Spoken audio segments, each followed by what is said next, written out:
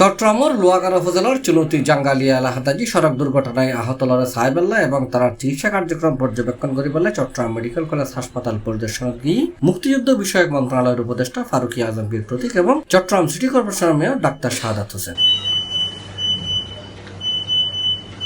এই সময় আহত লড়ে চিকিৎসা কার্যক্রম সম্পর্কে অবহিত করছি চমেক হাসপাতালের পরিচালক ব্রিগেডিয়ার জেনারেল তসলিম উদ্দিন এবং উপপরিচালক ডাক্তার মোহাম্মদ ইলিয়াস চৌধুরী।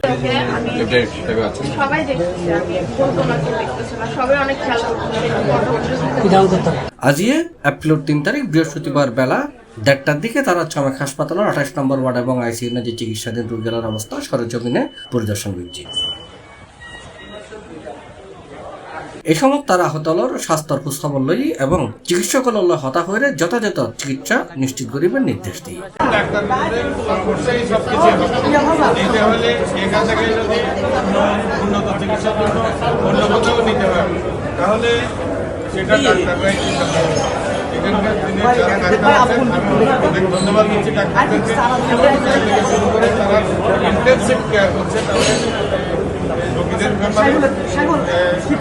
পরবর্তী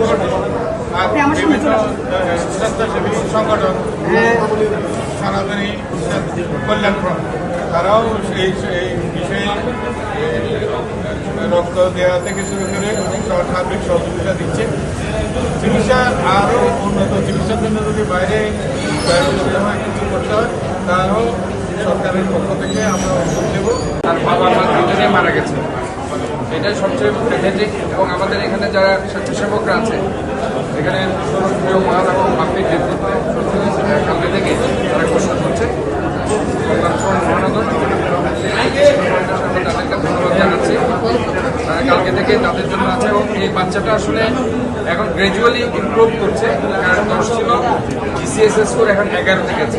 এটা যখন 15-16 দিকে যাবে আমরা মনে করতে পারবো যে এটা রিস্ক ফ্রি হচ্ছে, এখনো কিন্তু রিস্ক ফ্রি না। আমরা আছি আপনাদের সামনে। C+ TV Chittagong.